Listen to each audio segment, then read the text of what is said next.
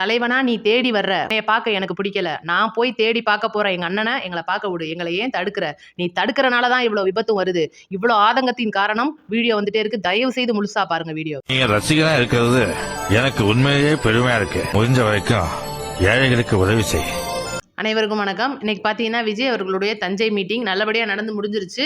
இன்னைக்கு பார்த்தீங்கன்னா அந்த ஒரு தஞ்சை மீட்டிங்கை பொறுத்த வரைக்கும் நல்ல ஒரு ஆர்கனைசேஷன் நல்லா பண்ணியிருந்தாங்க. 4900 பேருக்கான அனுமதி. ஒரு பக்கம் நல்லாவே காவல்துறையினர் பாதுகாப்பெல்லாம் கொடுத்துருந்தாங்க. இது ஏற்கனவே நம்ம காலையில் வீடியோவில் பேசிட்டோம். விஜய் அவர்களுடைய பேசினதுக்கான ஒவ்வொரு நுணுக்கத்தையும் எடுத்து அந்த விவசாய பெருமக்களுக்கு விஜய் அவர்கள் என்னெல்லாம் செய்ய போறாரு, தேர்தல் வாக்குறுதி, இது எல்லாத்தையும் பற்றி நம்ம பேசியிருந்தோம். இன்னைக்கு இந்த வீடியோவில் நம்ம முக்கியமான விஷயத்தை பற்றி பேச போகிறோம். தஞ்சை மட்டும் கிடையாது, இது ஏகப்பட்ட ஊர்களில் நடக்கிற ஒரு முக்கியமான சம்பவம். இந்த சம்பவத்தை பற்றி நம்ம பேச போறோம். வீடியோக்குள்ள வந்தவங்க மறக்காம லைக் அண்ட் சப்ஸ்கிரைப் பண்ணிட்டு மறக்காம உங்க கமெண்ட்டையும் சொல்லிடுங்க. இப்ப பாத்தீங்கன்னா தஞ்சை அந்த ஊர்ல விஜய் அவர்களுடைய அந்த பொதுக்கூட்டம் அப்படின்றது நடந்து முடிஞ்சதுக்கு அப்புறமாவும் சரி, நடக்கிறதுக்கு முன்னாடியும் சரி, இருவேறு இடங்களில விபத்து நடந்திருக்கு. அந்த ஒரு விபத்து பாத்தீங்கன்னா 3 பேர் ஒரு இடத்துல அடிபட்டிருக்காங்க. இன்னொரு விபத்துல 2 பேர் அடிபட்டிருக்காங்க. அதுல ஒரு முக்கியமான விஷயம் என்னன்னா, திருச்சியை சேர்ந்த விக்னேஷ் அப்படின்ற ஒரு பையன் ஒரு கல்லூரியில பிகாம் படிச்சுக்கிட்டு இருக்கிறாப்புல போல 3ஆம் வருடம் 20 வயசு அந்த பையனுக்கு தலையில பலத்த அடிபட்டு இன்னைக்கு அந்த பையன் உயிருக்கு போராடுற நிலைமையில ஹாஸ்பிட்டல்ல அனுமதிச்சிருக்காங்க. அது கூட பாத்தீங்கன்னா அவரோட ஃப்ரெண்டு அருண் அப்படின்றவருக்கு கால் முறிஞ்சிருச்சு. அவருக்கு கூட அந்த அடிபட்டு கீழே விழுந்திருக்கும் போது அந்த இளம் பெண் ஒரு பொண்ணு இருக்கு. அந்த பொண்ணுக்கு பாத்தீங்கன்னா லேச காயங்கள் இருக்கு. இது 3 பேருக்கும் ஒரு விபத்தா.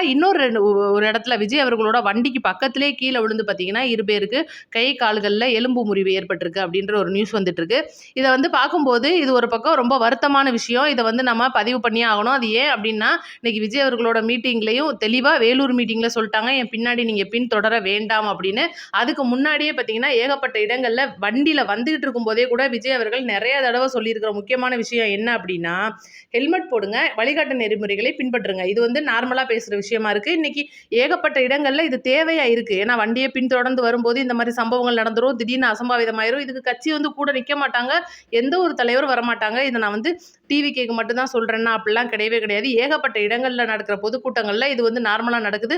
மற்ற கூட்டங்களில் போதை கூட்டம், அதாவது குடிகார ஆசாமிகள் திரியிற கூட்டம் அப்படின்றதெல்லாம் இன்னைக்கு தமிழ்நாட்டுக்குள்ளே இருக்குது. டிவிகேவை பொறுத்த வரைக்கும் முழுக்க விஜய் அவர்களை பார்க்கறதுக்கு ஒரு தொண்டராகவும், இதுக்கு முன்னாடி அவர் நடிகராக இருக்கும் போதுலேருந்து ஒரு ரசிகராகவும் வர்ற கூட்டம் அப்படின்றது உணர்வு பூர்வமான கூட்டமாக இருந்துட்டு இருக்கு. இது இருக்கட்டும், இதை பற்றி நம்ம பேச வரல. இது முக்கியமான விஷயமா இன்னைக்கு இது பதிவு பண்ண வேண்டியது. இதுக்கெல்லாம் காரணம் யாரு அப்படின்னு கேட்டிங்கன்னா, கண்டிப்பாக என்னோட தப்புல மக்களோட அதாவது நம்மள கமெண்ட் பாக்ஸில் வர்றதை வச்சு நான் சொல்கிறேன் அப்படின்னா தமிழக அரசை தான் சொல்லணும். ஏன்னா இன்னைக்கு எவ்வளவோ கட்சிகள் பொதுக்கூட்டம் நடத்துகிறாங்க, மாநாடு நடத்துகிறாங்க. அது ஏன் 4900 பேர், 5000 பேர், ஒரு 6000 பேர், 10000 பேர் ஏன் பார்க்கக்கூடாது? ஏன் வரக்கூடாது? ஏன் இன்னைக்கு பொதுமக்கள் வண்டியில் வரும்போது 4 லட்சம் பேர் நின்னாங்கன்னா பார்க்கத்தானே போகிறாங்க. இது பொதுமக்களோட ஒரு உணர்வை யாராலையும் கட்டுப்படுத்த முடியாது. தன்னோட தலைவனை பார்க்க வந்திருக்க கூட்டம் அப்படின்னா, இதுக்கு காவல்துறையினர் அப்படின்றவங்க அனுமதி கொடுத்துருக்காங்க அப்படின்னா அது எத்தனை பேர் வருவாங்கன்னு யாருக்குமே தெரியாது. அப்போ இன்னைக்கு மக்கள் வெள்ளமா அணிதிரண்டு வரும்போது நீங்கள் வச்சிருக்கிற பேரிகார்டெல்லாம் அவங்களுக்கு தாங்குமா அப்படின்னு தான் நம்மளோட கருத்து. ஏன் அப்படின்னா, இன்னைக்கு ஒரு 4900 பேருக்கான அனுமதி நீங்கள் கொடுத்துட்டீங்கன்னா, அப்போ 4900 பேரை மிச்சம் இருக்கிறவங்க பூரா இன்னைக்கு தன்னோட தலைவரை பார்க்க வந்தவங்க ஏமாற்றத்தோட திரும்புவாங்களா? இல்லை வண்டியில் வரும்போது பார்க்க முடியாதவங்க அப்படின்றவங்க என்ன பண்ணுவாங்க? அவங்களோட உச்சகட்ட கோப நிலை என்ன ஆகும்? அப்போ இதுக்கு தான் இவங்க வெயிட் பண்ணுறாங்களா? இன்னைக்கு ஸ்டாலின் அவர்கள் தலைமையிலான அரசு அப்படின்றவங்க பொதுமக்களை ஒரு வஞ்சிக்கிற அரசா இருக்கு. இன்னைக்கு எவ்வளவோ கட்சிகள் நடத்துகிற பொதுக்கூட்டத்துக்கு காவல்துறையினர் இன்னைக்கு கொடுத்துட்டு இருக்காங்க. கேட்டால் டிவிக்கில் பசங்கள்லாம் பயங்கரமாக அணில் குஞ்சுகள் மேலே ஏறுவீங்க, கீழே இறங்குவீங்க, வயற்கம்பியில் போவீங்க, பேனரில் ஏறுறீங்க. நீங்கள் அனுமதி கொடுத்தா ஏன் அந்த பசங்க அப்படி பண்ணுறாங்கன்றது தான் இன்னைக்கு முக்கியமான நம்மளோட கேள்வியாக இருக்குது. இது இருக்கட்டும், இது நீங்கள் பாதுகாப்பு நடைமுறைக்காக செய்கிறீங்க. இன்றைக்கி பார்த்தீங்கன்னா ஒரு பத்திரிகையாளர்கிட்டே காவல்துறையினர் போய் பயங்கரமாக சண்டை போட்டு சில வார்த்தைகளெல்லாம் விட்டு கூட அந்த ஒரு வைரலான வீடியோலாம் போயிட்டுருக்கு. நமக்கு அது மேட்ரு கிடையாது. இன்றைக்கி தமிழக வெற்றி கழக தொண்டர்கள் இதுக்கு முன்னாடி இந்த கட்சி எந்த கட்சியாக வேணாலும் இருக்கலாம், திமுகவாக இருந்திருக்கலாம், அதிமுகவாக இருந்திருக்கலாம், பாஜகவாக இருந்திருக்கலாம், ஏன் நாம் தமிழராக இருந்திருக்கலாம், இது மேட்ரு கிடையாது. இதுக்கு முன்னாடி உங்களுக்கு ஓட்டு போட்ட அந்த மக்கள் தானே. இன்றைக்கி தமிழக வெற்றி கழக தொண்டர்களாக நீங்கள் ஏன் பார்க்குறீங்க? தமிழ்நாட்டு மக்களை ஏன் பார்க்க மாட்டேன்றீங்க? இன்றைக்கி விஜய் அவர்கள் ஒரு தமிழக வெற்றி கழகம் கட்சி ஆரம்பிச்சு 3வது வருஷம் பயணிச்சு இன்னைக்கு ஒரு கட்சியை நடத்துறதுக்கு பொதுக்கூட்டத்துக்கு நடத்துறதுக்கு வராரு. கரூர்ல ஒரு சம்பவம் நடக்குது. இந்த சம்பவத்துக்கு நம்ம சிபிஐ கையில இருக்கிறனால யார் மேலேயும் நம்ம குற்றம் சாட்டுற சூழ்நிலையில இன்னைக்கு நம்ம இல்லை. ஆனா மனச்சாட்சிக்கு தெரிஞ்சு யாரோடைய குற்றம் அப்படின்னு நல்லாவே தெரியும். இதை நம்ம ஒதுக்கிடுவோம். இன்னும் பார்த்தீங்கன்னா சேலத்தை பொறுத்த வரைக்கும் ஒருத்தர் வந்து வெயிலில் வந்து இறந்து போகிறாரு. இதுக்கும் வந்து ஏகப்பட்ட கட்சிகள்லேருந்து பல்வேறு விதமான விமர்சனங்கள் வந்துச்சு.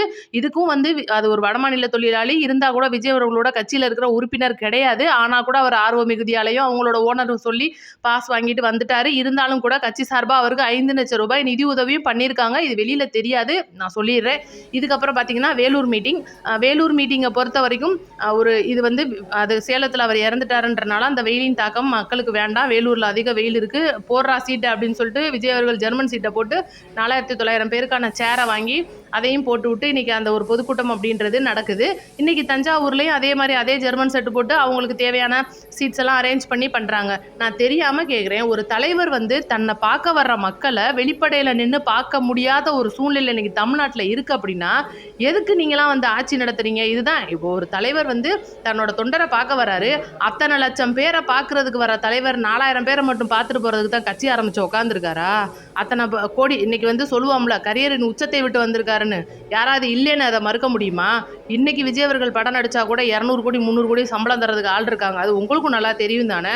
அதை விட்டுட்டு இன்றைக்கி வந்து விஜய் அவர்கள் வந்து இன்றைக்கி வர்றாரு ஒரு கட்சிக்கு சம்மந்தமாக ஒரு பொதுக்கூட்டம் அளவு. ஏன்னா தேர்தல் நெருங்கிக்கிற ஒரு சூழ்நிலையில் 4000 பேருக்கும் 5000 பேருக்கும் நான் அனுமதி கொடுப்பேன், நீங்கள் அவ்வளோதான் பார்த்துட்டு போகணுன்னு சொன்னால் சொம்பைகளாக வந்து தமிழக வெற்றி கழக தொண்டர்கள்லாம் வந்து தலைவரை பார்க்காம சும்மா வீட்டுக்கு மொட்டை வெயிலில் வந்துட்டு இன்றைக்கெலாம் சொல்கிறாங்க. ஒரு இளைஞர்கள் வந்து கொதிச்சு பேசுகிறாங்க. தஞ்சாவூரில் நீங்கள் போய் மைக்கை நீட்டினீங்கன்னா அசிங்கமாக பேசுகிறாங்க. இன்றைக்கி வந்து திமுக கட்சிக்காரங்க வந்து தமிழக வெற்றி கழக தொண்டர்களை எவ்வளோ கீழ்த்தரமாக பேசுகிறாங்கன்ற வீடியோலாம் வந்துட்டு இருக்கு. நான் ஒன்றா உங்களுக்கு போடுறேன், அடுத்தடுத்த வீடியோக்கள் அது வருது.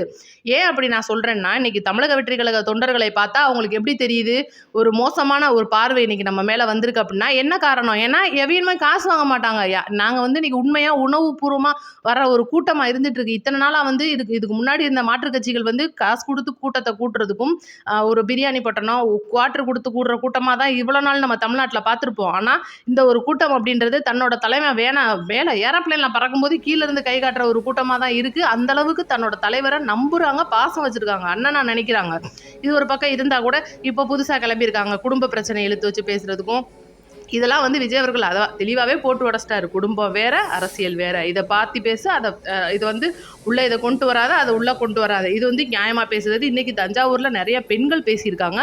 பெண்களுக்கான அந்த ஒரு இதே வந்திருக்கு, அவங்களுக்குள்ளே இருக்கிற கோவமே வெளியே வந்துருச்சுன்னு சொல்லணும். ஏன் இந்த தம்பியை போட்டு இப்படி அடிக்கிறீங்க? இந்த தம்பி உங்களுக்கு அப்படி என்னதான் தப்பு பண்ணுச்சு? ஏன் குடும்பம்னா 1000 குடும்பத்தில் இல்லாத பிரச்சனையா? அவங்களுக்குள்ள 1000 பிரச்சனை இருக்கும்பா, அதை நீங்கள் ஏன் பார்க்குறீங்க? நான் எடுத்து விடட்டுமா ஒவ்வொரு குடும்ப பிரச்சனையா அப்படின்னு சொல்லிட்டு அந்த அம்மாலாம் அவ்வளோ கோவமாக பேசுகிறாங்கன்னா அவங்களுக்கு அவ்வளோ ஆத்திரம் வருது. கிட்டத்தட்ட 70 வயசு இருக்கும் அவங்களுக்குன்னா, அப்போ அவங்களோட எந்தெந்த காலத்தில் அந்த ஆட்சியெல்லாம் பார்த்துட்டு வந்திருப்பாங்க.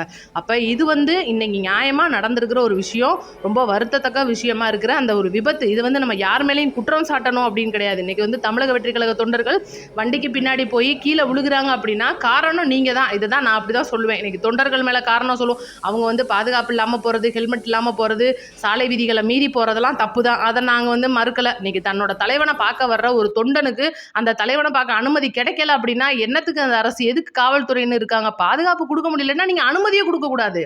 இன்னைக்கு 4000 பேருக்கு மட்டும்தான் அனுமதி, 5000 பேருக்கு மட்டும்தான் அனுமதி, அவங்கள மட்டும் தான் நான் பார்த்துக்க முடியும்னா அந்த 5000 பேரை பார்த்துக்காத நீங்கள் காவல்துறை எதுக்கு இருக்கீங்க? அந்த அளவுக்கு நீங்கள் அனுமதி கொடுத்து இன்னைக்கு அந்த மாதிரி ஒரு சம்பவம் நடந்திருக்கு. இன்னைக்கு வந்து நம்ம நியூஸ்லேயே பார்க்குறோம், அந்த ஒரு பேரிகார்டெலாம் வந்து உடச்சிட்டு போகிறாங்க. அங்கேயும் காவல்துறையினர் நிற்கிறாங்க. அதை வந்து உங்களால் தடுக்க முடியல. அங்கே கீழே அந்த பேரிகார்டே வந்து காலில் குத்தி ஒருத்தருக்குலாம் வந்து காலில் காயமாயிருக்கு. அப்போவும் நீங்கள் பக்கத்தில் தான் நிற்கிறீங்க. அப்போ தன்னோட தலைவனை பார்க்க வர்ற ஒரு கூட்டத்துக்கு அனுமதி இல்லாத இந்த தமிழக அரசுன்றது எதுக்கு இருக்குது? இதுதான் மக்களுடைய ஒரு முக்கியமான கேள்வியாக இருக்குது. அந்த பையன் வந்து நல்லபடியாக திரும்பி மீண்டு வந்துடணும் அப்படின்ட்டு நம்ம கண்டிப்பாக ஆண்டவன்கிட்ட வேண்டுக்குவோம். ரெண்டாவது முக்கியமான விஷயமா நம்ம பேச வந்ததே இந்த விபத்துக்குரிய விஷயம்தான். இன்றைக்கி வந்து மக்களை வந்து 5000 ரூபாய் கொடுத்து ஏமாற்றி, 1000 ரூபாய் கொடுத்து ஏமாற்றி இன்னும் அடுத்தடுத்து படங்கள் இறக்கிக்கிட்டே இருக்காங்க. ஆனால் இது வந்து காசுக்காக கூடுற கூட்டம் கிடையாது. தன்னோட ஒரு உணர்வு பூர்வமான மக்களை சந்திக்க வர கூட்டத்துக்கு இந்த மாதிரி ஒரு சம்பவம் நடக்கும்போது கண்டிப்பாக இந்த அளவுக்கு ஆத்திரம் வரத்தான் செய்யும். கண்டிப்பாக அந்த ஒரு 5 பேரும் வந்து சீக்கிரம் சரியாகி வந்துடணும் அப்படின்னு நம்ம வேண்டிக்குவோம். அடுத்தடுத்த வீடியோக்களை நம்மளோட அந்த ஒரு அப்டேட் நம்ம கொடுத்துட்டே இருப்போம். நம்ம அடுத்து பார்த்திங்கன்னா ரொம்ப முக்கியமான விஷயமா சொல்ல வந்தது திருநெல்வேலி மீட்டிங்.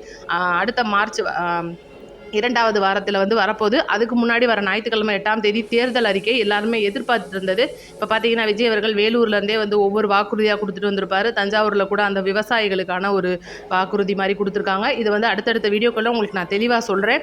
அடுத்த மீட்டிங் பார்த்தீங்கன்னா 11 அல்லது 12 தேதிகளில் திருநெல்வேலியில் நடக்கிறதா இருக்குது. அந்த தேதியை மட்டும் உறுதி பண்ணிவிட்டு உங்களுக்கு எந்த இடம் அப்படின்ற அடுத்த அப்டேட்டோட வரேன்.